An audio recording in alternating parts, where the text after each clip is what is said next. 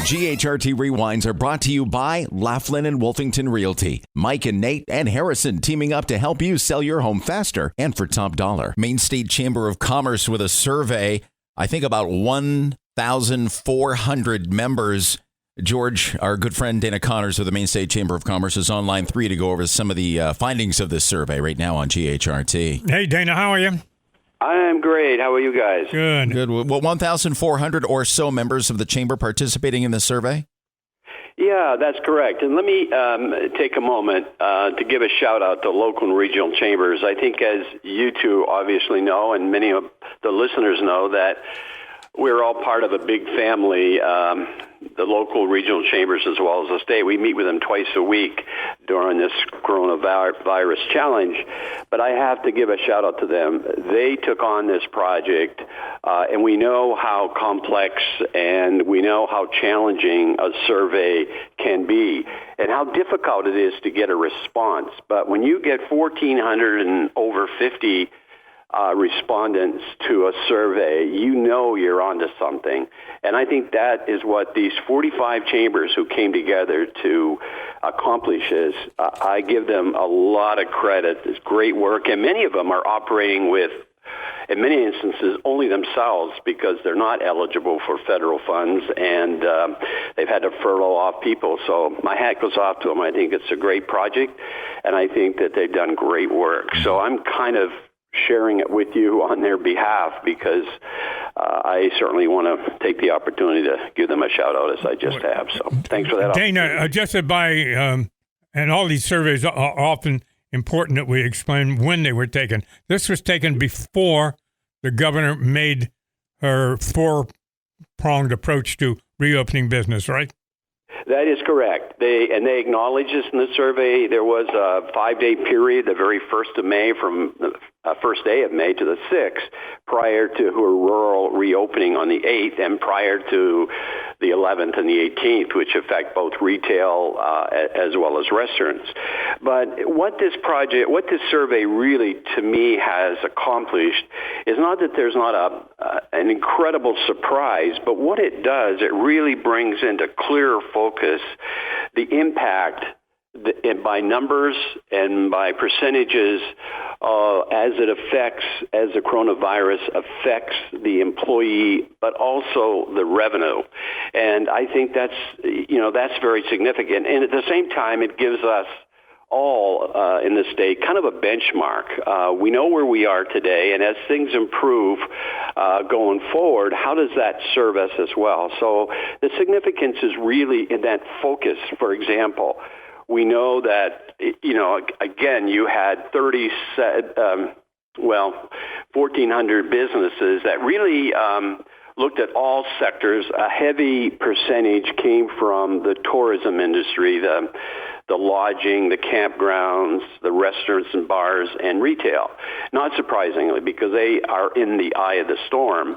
And when you look at the numbers, how it affected employees, you saw this survey, 48, almost 50% were either furloughed or laid off. Another remaining of those numbers, 26 had hours reduced. When you think about that for the employee and the concern that employers have to keep their employees, that's a tough act. I mean, that's a real impact. And when you also look at the 5 counties that brought in the most response to this survey were, not surprising, Cumberland, York, but also Oxford, Hancock, Penobscot. You found that in that, when you looked at the revenue impact, again, in the tourism industries, the ones we just described, there are significant losses in revenue. I mean, the lodging and the campgrounds, like 80% of them would have a 50% loss. In the restaurants, I know 2/3, as I recall, had a 50% loss. And then the retail, half of them had a 50%. So the impact on both the employee as well as the revenue was clearly brought out.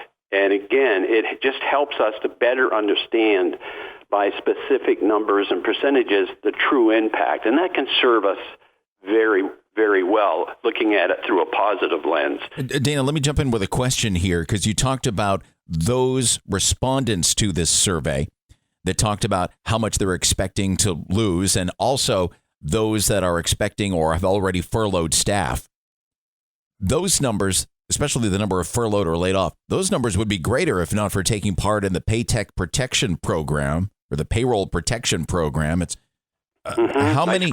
Yeah, how many took part? If I'm seeing the number here correctly, and I want to let you share it.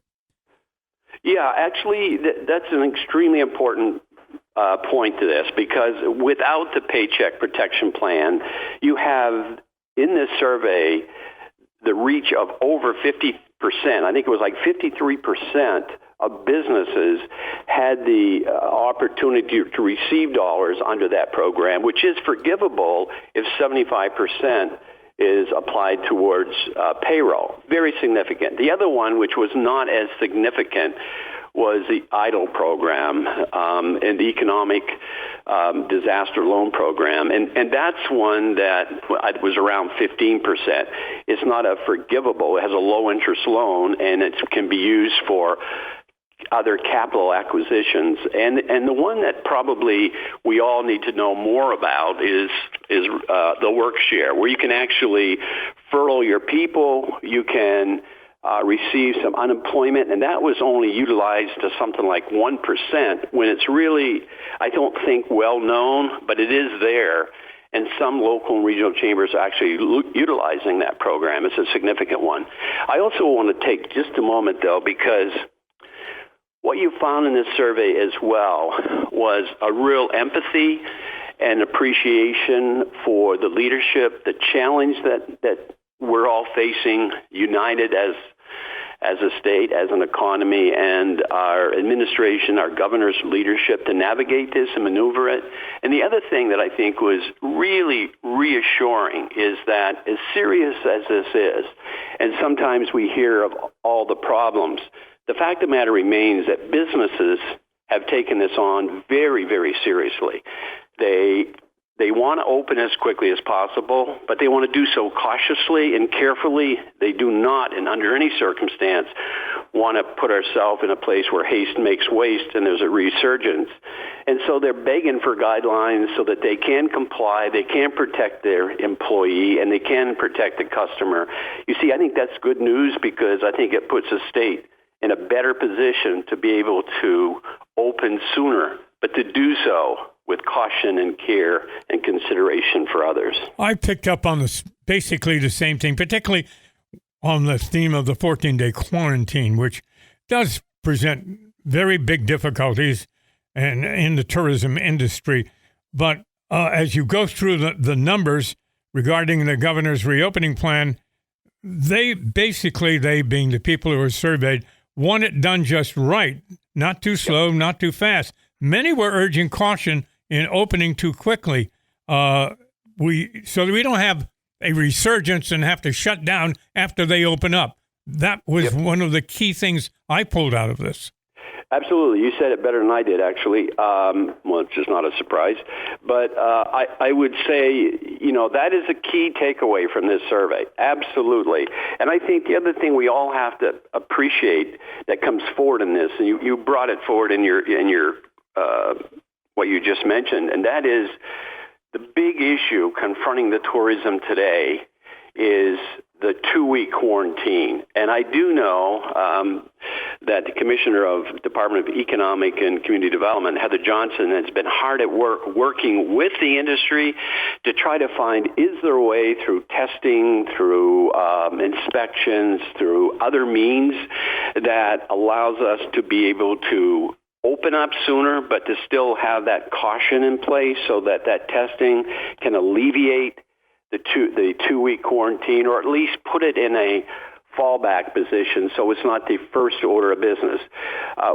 I think when you look at where the state is of Maine compared to other states, we find ourselves in a pretty good position, notwithstanding that we all face the challenge together. When you look at surrounding states, what we're doing is paying off. We're like the 6th lowest in terms of the incidence of this virus, and that numbers reflect the fact that we're opening sooner than most. and we're doing it the right way. And I think you probably also noted that last week there was publicity from the Kaiser Family Foundation that said the way that Maine is approaching this puts us in one of the leader states in terms of addressing this issue in a meaningful way and a positive way. So there's a lot to be said, but at the same time, we're not through this yet.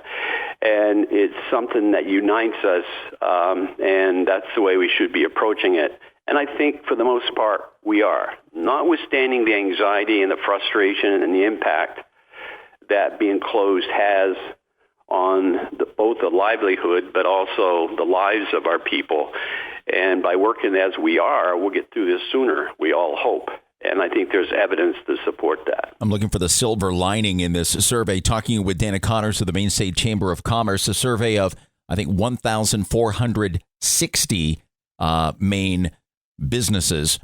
And to find that more than 80%, if I'm reading the numbers correctly, Dana, more than 80% of businesses that responded said they will likely be open on this date, early May, in 2021. More than 80%. Okay, that's good.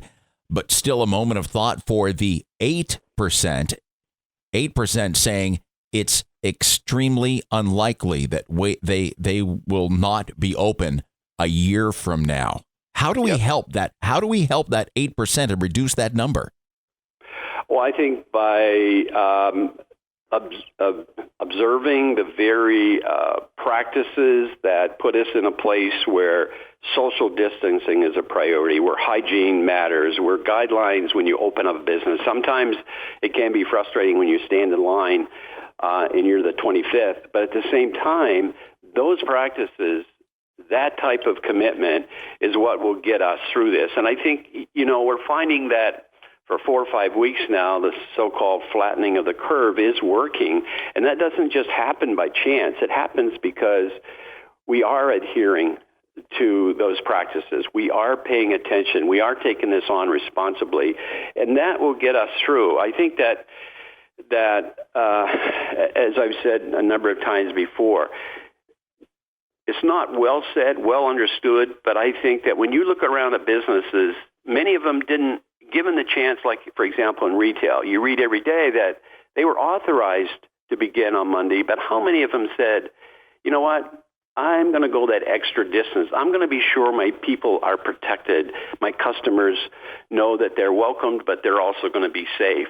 That speaks in vivid terms to me about the commitment that businesses are taking. That type of commitment and responsibility, the biggest challenge for that 8% will be Maine is a small business state by any definition. And many of those small businesses didn't expect this coronavirus any more than any of us did. And they may not have deep reserves, but for financial survival during an extended period of time, but they do have expenses. They don't have the revenue, but they still have the cost. They want to keep their employees, but they're not sure they know how to do that. They don't know when this will be over.